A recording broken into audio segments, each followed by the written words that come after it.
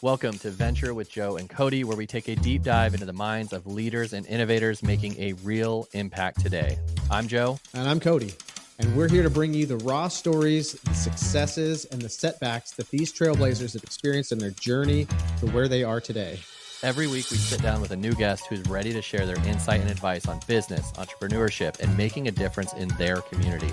From local community members to industry experts, you're going to get the unfiltered truth behind their success. So whether you're an aspiring entrepreneur, a seasoned professional, or just curious about the business world, join us for a journey of learning and inspiration. So let's grab a drink, settle in, and let's get started. This is Venture with Joe and Cody.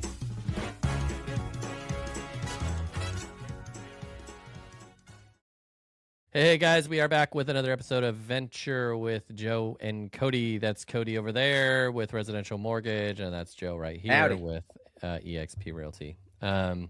What's up, man? Dude, just plugging away. Another day. My mic is like all over. It's dancing. I can't wait to show you. I'm still like in the nervous kind of maybe that isn't going to happen thing, but the guest room studio, like I'm excited about it. I had someone kind of design what it could look like and be able to have like both, a guest area, for people, but also multiple podcast recording areas and stuff like that. So now you're feeling a little like it might not happen, or what? I think it's too early. There. It's too early to tell because it's not there yet to the point of like I haven't bought anything. I've had someone design what it could look like and what you should, one of the walls should be and what one, paint things and all that. So it's more advice right now. The biggest thing, not to get into my personal life with everyone, but we have a 90s style home. It's got older piping in the sense that, and you probably know this, you're a handyman. When the hot water shower upstairs goes, it's like a knocking. Like it's like the pipes are not fully secured to the 2x4 or 2x whatever it is, right? Like, and so it knocks, like it feels like a knock. It almost appeared to me at first that it was like a dripping, But when we had a plumber years ago, it was like, no, it's just the piping kind of expanding and just loose in there with the hot water and stuff like that. So we're having someone come today to look at it to kind of really, truly, I think for long term, it's better to just make this go away, like fix it, like fix, whatever it is, take the drywall off, get it done right. And also like divert water, like how it was in this unique place. Not that anyone cares about this, but it basically one of the, I guess for lack of a better term, the sewer line, the black, line from the bathrooms upstairs flows down the wall between the garage, like the laundry room and that room. So it's like you can hear someone flush. You can hear it. So anyways, we're looking at options to divert everything to get to make that room just one for guests that have always had that, issue, but also for podcast recording and stuff. So. Today is the day that happens. So we're that's why I'm hesitant because I'm like, okay, is this going to be like a $15,000 gig to get this done, or is this like, it'll be expensive. I'm sure it will be to divert piping and things like that. But we were like long-term investment. It's nice, for guests. It's nice to not have to worry, hear someone showering and the knocking and stuff. So are you familiar with that, Mr. Former contractor? Not the knocking as much. But definitely like in our basement, there's pipes because the walls downstairs, well, the whole house is like insulated concrete foundation. So like down in the basement, some of the plumbing is just like on the wall. Okay. And so you can hear the drain. It's like, which like you have a finished basement, right? So you can't really do much about that. Can't do much about it. And it's usually only when a toilet's flushed upstairs. And it's like, the basement is the kid zone. I don't even know if they hear it. You're like, I don't even care. Like they don't care. You don't care. So this one's always been an issue for us. I don't think guests really care, but it's like, it bothers us. And so this is an opportunity if we're going to do it right, to see what options are to kind of rectify that. So, we're going to do that. But well, we have not to get into my plumbing issues at our house. Why not? Let's do it. For some reason in our kitchen, the cold water does not get cold for a good 5 minutes.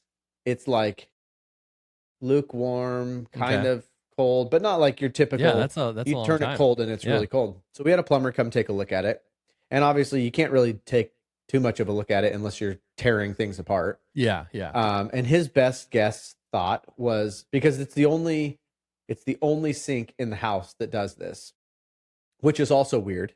But his only thought was like, maybe the hot water and cold water pipes are like touching each other in that area. So it's keeping the cold water warm with the hot water in the pipes. The only way that we've been able to fix it temporarily is we have like the Insta-Hot. There's like a little switch that you can turn on. Yeah. And it just does the Insta-Hot for everything. But if we turn that off, the cold water works better. But then it takes like 3 minutes to get hot water to anywhere because the Insta-Hot's turned off. Yeah. Eventually that will be one of our big projects of like tearing apart the downstairs ceiling to expose the plumbing in there to see maybe if they are touching or whatever. But it's like, at the end of the day, I mean, it's way more important to my wife than it is to me. But it's like, if you need cold water, we've got other sinks, I guess. And it's not like you need cold water. Yeah. But it is nice. I know.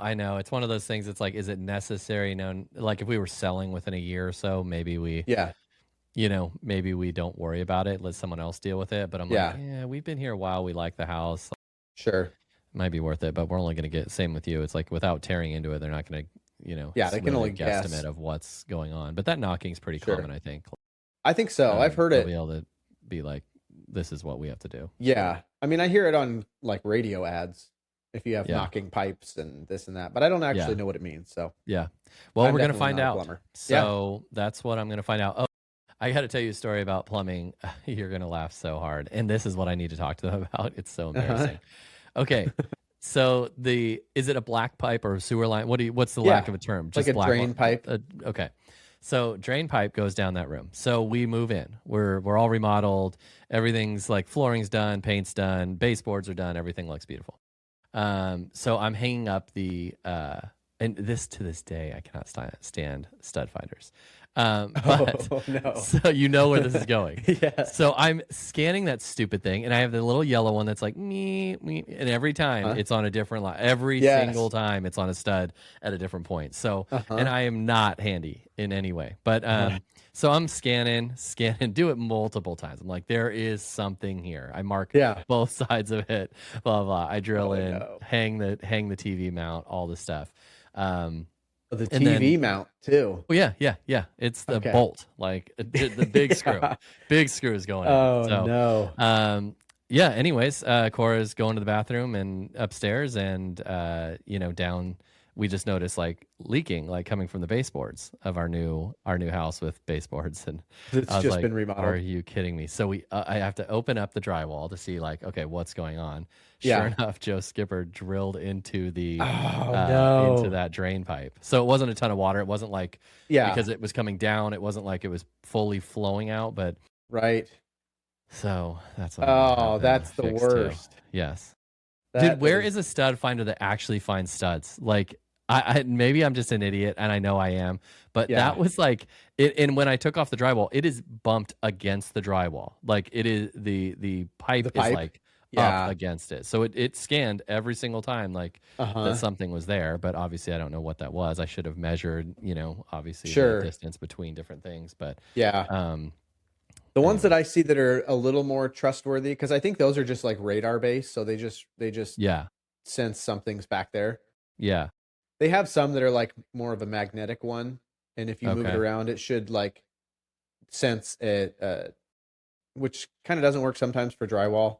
But like if there's screws in there, or I usually just like knock with my finger to find it. You're like a man. You're just like man knock. You're like, there it is. It's like testing a watermelon, like thumping it. Oh yeah, this one's good. Yeah, but that again, it was like up against the thing. It's a big black pipe, so it's up against there. It's like it's solid, and it was bumped against it. When I first did it, I had a plumber come, and he was like, yeah, it's odd because it's like it shouldn't be like right up against your drywall, but he's like, just whatever, you wouldn't have known unless you drilled into it. Right. So, the only other thing that I'll sometimes do if I'm not sure is I'll just get like a little finish nail, Like if I think I know where my Okay. stud is, and Yeah, I'll yeah. just hammer in a little finish nail, Gosh, and then you can feel it sink into the two by you're four. I a guess man. maybe Like you'd you are find it. such a man.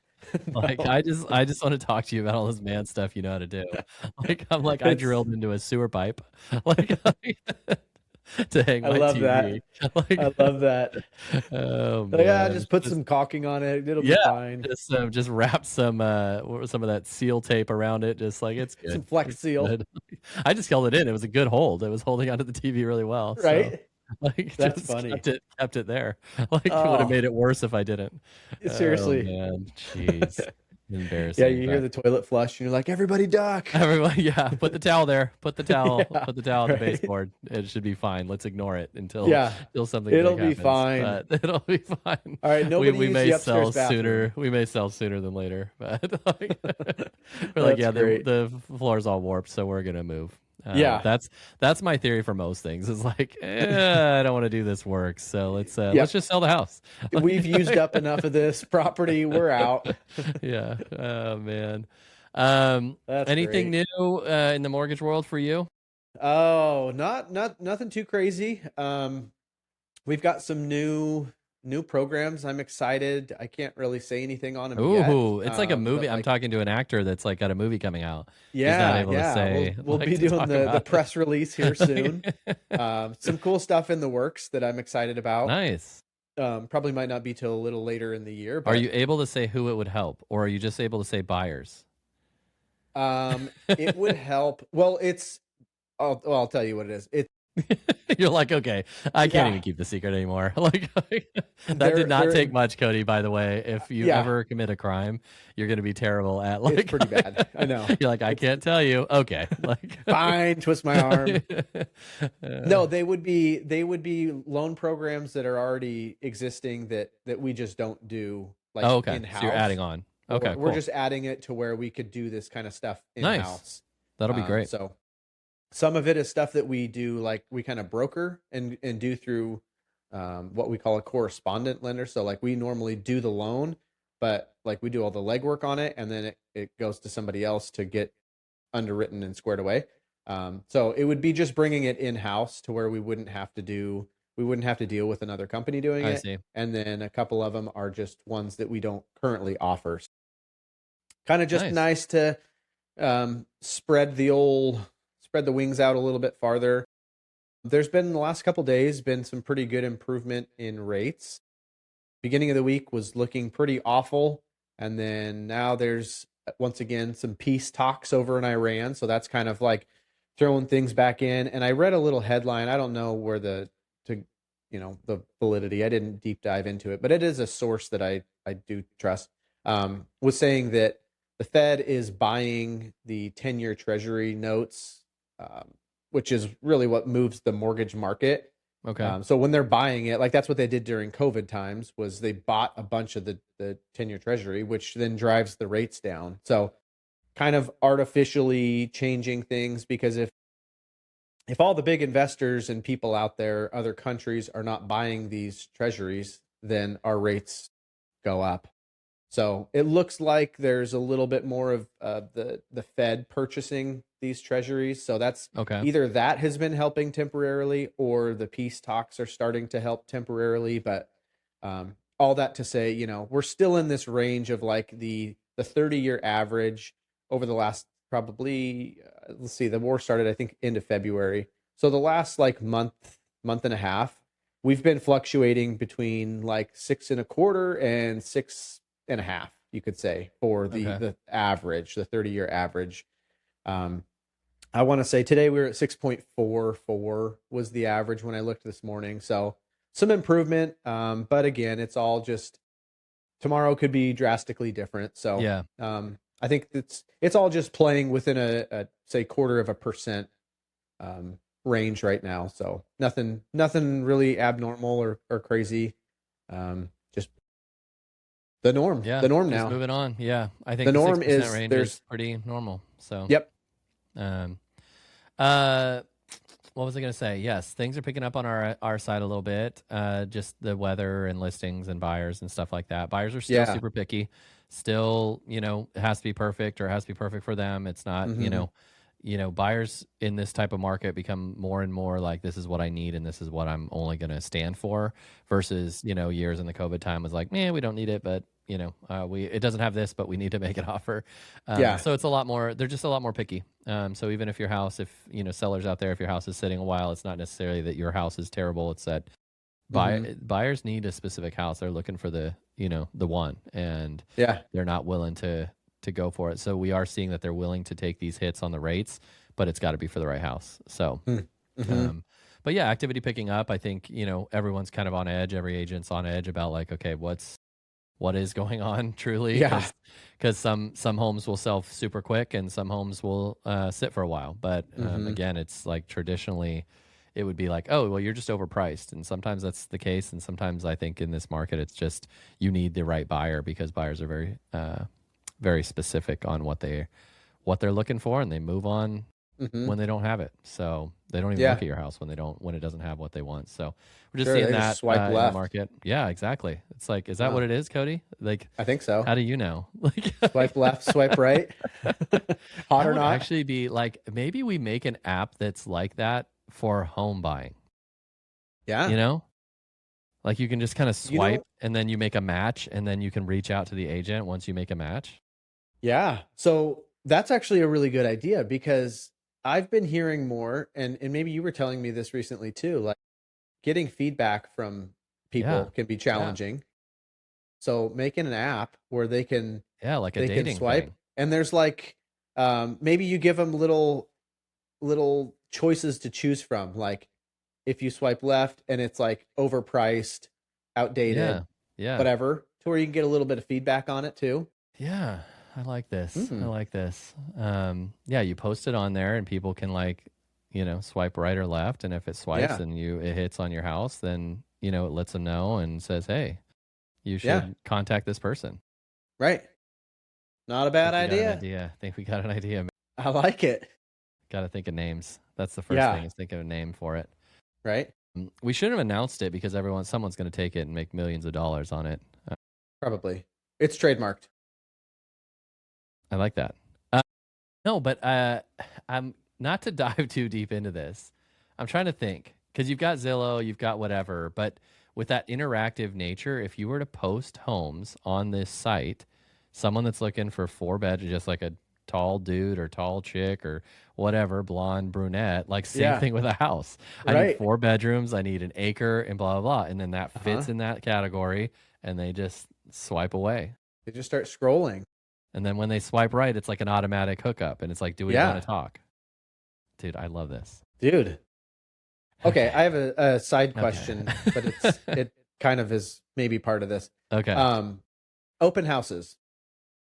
Are you seeing a similar amount of traffic through open houses, or does that vary just as much as interest in a home? Like, because I'm sure it's probably all property specific, but I know when I've gone to open houses in the past, it's like some of them there's nobody, and then others it's busy all the time. But I know, like with buyer's agent agreements and everything over the last year, like does that feel like it's changed much of anything, or are people still going out and checking out open houses?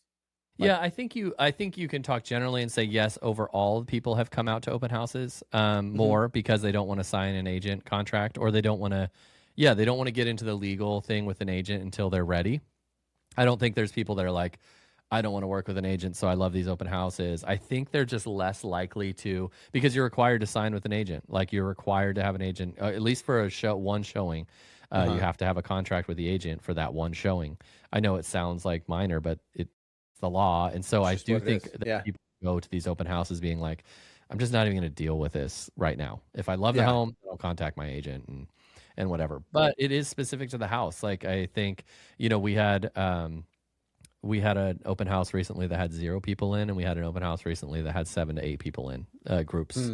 So it's really, it's similar to the buying market. I think that open houses do serve a better purpose now, because there is that lack of commitment from a buyer. Buyers are okay with open houses because they don't have to commit to anything.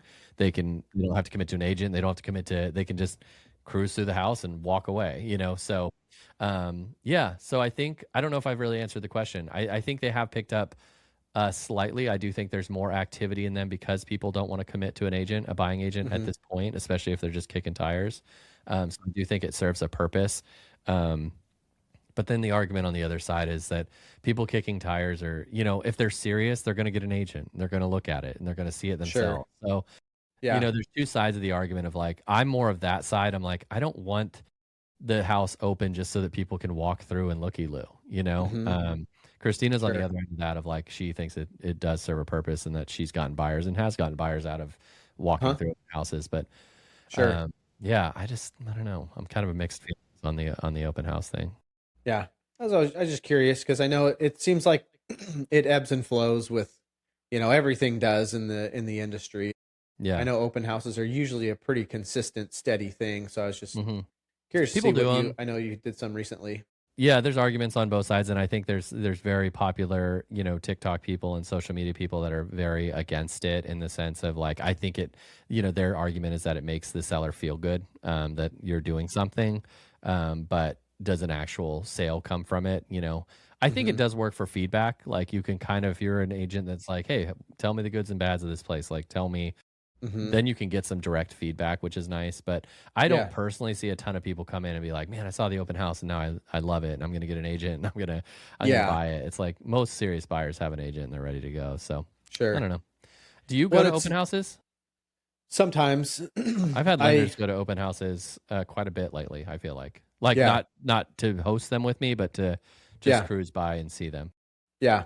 I'll usually it's a little easier for me to do it when we don't have sports going on. So it's usually like in those off seasons, I can have a little bit more free time on the weekends to do that. But it's usually just setting up shop at one. And I used to sit in one with a builder for years. And it was like, but I'd sit out there like 3 days a week and just work from their open house. Did you get much business? Technically I did. Well, not much, but like the two houses that I sat in over the course of a year or however long it was, I did get the buyers for both of those homes. Okay. But yeah, I think it's a little different when it's something that's open all the time. Yeah. Because it was like new construction, new neighborhood, but put up the signs and everything. And rarely get people to come through there. And I've been at plenty of open houses where there's just crickets, nothing. Yeah. And then others where it's booming. And have you done any with Christina? You haven't done any with me, but have you done any with Christina? Okay. No. Are you open to that, or are you just kind of more stay away from it? No, I'm always open to it. Yeah. Okay. Yeah. Like I said, once the sports season kind of wraps up for us, it makes it easier just from a availability, unless there's a heads up, a little bit beforehand to where it's like, oh yeah, cool. We don't have anything at this time, so I can go do that. So yeah. I'm always down. What's your theory on, and there's no right or wrong answer, on the being at closing with clients, like closing day, signing day? Yeah, I prefer to if I can. I like to just be there not only for the support, but it's usually like the fun, exciting time too. Like everything's done and good to go. So I try to make it to as many of them as I can. Sometimes they get scheduled and I've already got something going on. But if I'm able to make it, I like to. I think it's a good way for me too, especially because I don't get to meet the buyers a lot of times. You're probably offline like a lot, or like, you probably don't even see them. No, it's all phone, email. Maybe I'll send a video like update to them or something. So they might see me, but I don't see them. So a lot of times I get to closing and it's like, all right, who's who here? Nice to meet you. That's crazy.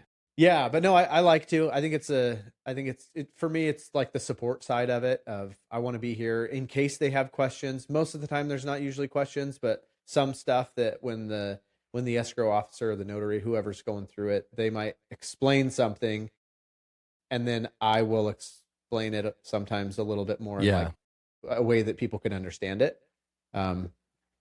Because I've had some notaries specifically, usually like the escrow officers, they do a pretty good job of explaining it. But I have had some notaries where they're like not explaining anything at all. They're just like, here's this form, go ahead and read it if you want, and then sign it. And so those are like especially important for me to be at if I can. if I know that there's going to be a notary and it's not like, somewhere that's way far away, because a lot of times, again, they don't know the documents. They just are notarizing it. So, yeah. And that's like, I think that, a lot of people, the worst, and I don't want to say worst, it's all relative. I'm meaning the worst experiences people have had with notaries with signing. It's always convenient because they're like, oh, just come to buy my house, or come here, or do this or that. And it's like the notaries, it's not their fault. It's just they're running around, like having people sign. Like they're not supposed to be experts in all this stuff. But man, it can really hurt a process of selling and buying when they're like, for sure, this person had no clue. Because no one expects, like, people, I think the expectation is people think you're coming to the house to have me sign paperwork. You know the paperwork, and that's not the case with a mobile notary. Yeah.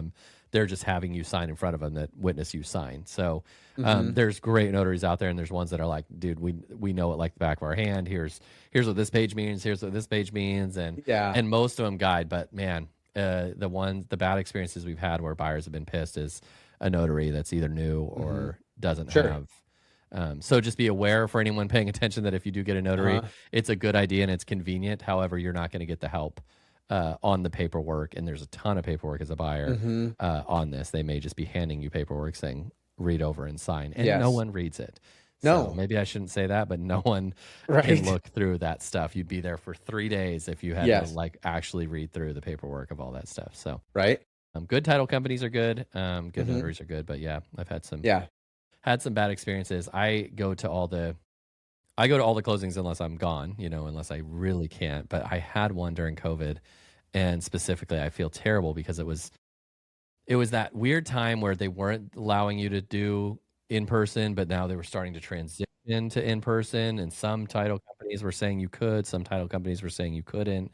And so I didn't go to this one, and it was sure enough one that was like, basically, I need these answers or I'm not doing the deal. Like it's like sitting in there like, this deal's over. And I was like, wow. So I'm on the phone trying to walk them through it, but I can't see it. And I don't know what they're talking about, and it's like, so you're trying to like navigate all this stuff and be like, well, let me call this person. Let me call that. And so it was just a disaster. But after that, I was like, I don't even care. I'll sit outside the parking lot if I have to. And if I can't go in because of COVID, just be available. I'll just sit there, like at the window. I'll just but miming the answers. Exactly. Yell through the window. What do you need? But yeah, it was a bad one. So it does not go well if you just kind of poo-poo that off. Some agents don't do it, and I never even thought that was a thing. I didn't know. I was like, you don't go to them? And I've had multiple buyers be like, oh, I didn't know you were even going to be here. My other agent never went to it. There's a lot of them that don't. I'm really surprised because there's a lot of lenders that don't too, because I feel like every time I go, I never see a lender. Like, I feel like every time I go, either the agent or the escrow officer, somebody is like, oh, hey, it's nice to have a lender here. Yeah. Like, doesn't happen very often. It does not. And sometimes it can be a little harder just with scheduling and stuff. Cause as you know, for sure. It's not like, it's not a bad thing if you can't make it, especially lending is not as traditional to do. Right. I don't think, but I think as the agent, this reminds me, and we were going to get into this, but I don't think we have time, but like a person on social media was like, you're wasting your time as an agent if you're showing up to these signings, and time is money, and really blah, blah, blah. It's just clickbait crap, but it was like, and maybe we just run our business differently, and on the surface and on the paperwork level and on the numbers level, maybe they're right that you're wasting your time going to these signings and blah, blah, blah. And I was like, it's the most absurd thing I've ever heard, and it was total clickbait. But I clicked on it because I was like so pissed because I'm like, what is this guy talking about? But anyways, basically saying it's worthless for agents to go. You shouldn't go. If you're an important agent, you shouldn't be going to a signing.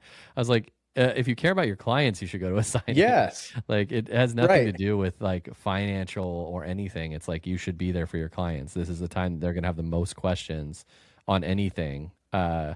When they're looking at paperwork, signing their life away, so. Yeah. And it might not hurt the person to not go, but I do think it helps to go. And I think that, there's not necessarily probably an expectation that anybody else shows up to the title company to sign. But I think if you do, it's just like, it just kind of brings it all full circle. You're getting, you hope that you're getting a really good reaction, response, like icing on the cake. Hey, Yeah, this you're was so wrapping up a great. good Thank you transaction. for, Yeah. thank you for all your help. Kind of getting that, like, awesome, For sure. I want to get a review from you. Yeah. Would you be able to say that stuff on the internet for me? I just think there's so much can go wrong in title, and just random questions that I think of. Almost every single title signing I've gone to, there's just been a question, and it's not bad. It's just like, oh, what is this? Yeah. I'm like, oh, this, and they're like, okay, but if it's not there, then it's just like, okay, that was not answered. Like, or what, I'll sign it, but what is that? I just think it's silly. Yeah. These agents with these clickbait saying you're a waste of time. I'm like, shut the. Well, and it makes sense too, to be there. I think obviously as much as we can, because when they're signing, you think about how much stuff people are signing between the mortgage and the purchase contracts and addendums and all, like, so much stuff. Yeah. And I think early on, it's like, cool, let's just sign it. We need to get this going. We for sure, time is money. We got to move on. But you get to that closing table, and now it's like everything stops, and you're going, okay, I want to actually understand what it is that we're signing now, because now this is when it's officially done. Whereas before, it's like, okay, cool, yeah, we know our numbers. Yeah, like you're everything through the feels process. good. Yeah. Now we're like, wait a second. It's the final day. We should probably double check what we're signing, that we actually understand what we're doing here. Exactly.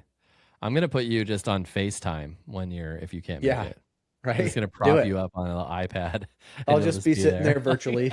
It'll be like COVID times again. I love it. Well, once again, we had all this stuff to talk about, but we're not going to talk about it. We just already did talk about stuff. So, right.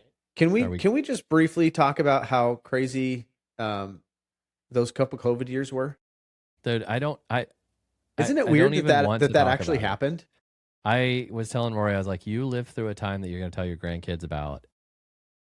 It just was crazy. I watched this Netflix documentary that was like fairly recent, but COVID times, during like a trial or something. And it's like all the plexiglass and all the everything everyone had. I was like, that was absolutely insane. So wild. Absolutely. Dude, I remember thinking in the middle of it, like, we're never going to get back to normal. No. Like, we're so there was a deep point into of like, it was like, there's no return. And there's still people that feel that way, Yeah. Like for people mentally that couldn't handle that, like, there's still people that are scared, Yep. But I'm just glad that, like, my kids, we were talking about how high schoolers didn't get to go to graduation, no prom, no nothing. Like, my kids didn't miss a lot of that stuff, but I'm like, man, how traumatic to be like, I just missed like my senior year of high school. I didn't get to go see any of my friends, didn't get to go to anything, didn't get to do anything, no sports, no nothing.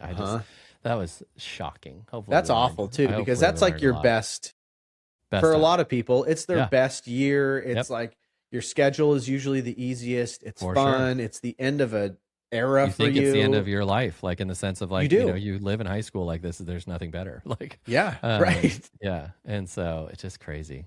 I know. So anyways, and then the real estate side of things was nuts too, right? So you just throw that in the mix, and I really thought for quite a while, like, we're screwed. We're never getting out of this environment. It was insane. Remember the toilet paper like scare? Like, yes, you were like limited to one thing of toilet paper. Like, someone decided, like, we're gonna run out of toilet paper, and out of all the things, mass panic of toilet. I remember walking through the stores and being like, the toilet paper aisle is empty. Everything else is fine. It was chaos. So insane. Like, on a human nature study, like, just absolutely nuts. But what you can create humans to do, right. Yeah. So crazy. Toilet paper, out of all the things, like, that's I remember the one even getting thing wrapped up in the panic. I'm like, okay, when we get there, we got to order it. Like, we got to get it. Like, even if we don't need it, it's like someone will steal it. We might not have it. We only have 30 rolls at home. We need more. Yes. Think about 2 years from now when we don't have toilet paper. We need to start stacking it up. Exactly. Oh, geez. Wild times. Okay, my man. Well, that was great times. But okay, well, until next time, if you guys sign up, subscribe, and watch Venture with Joe and Cody every week for this information, and our live talk on social media every Thursday night. Oh, yeah. That's it, my man. Love it. Awesome. Okay, we'll talk to you soon. All right, sounds good. See ya.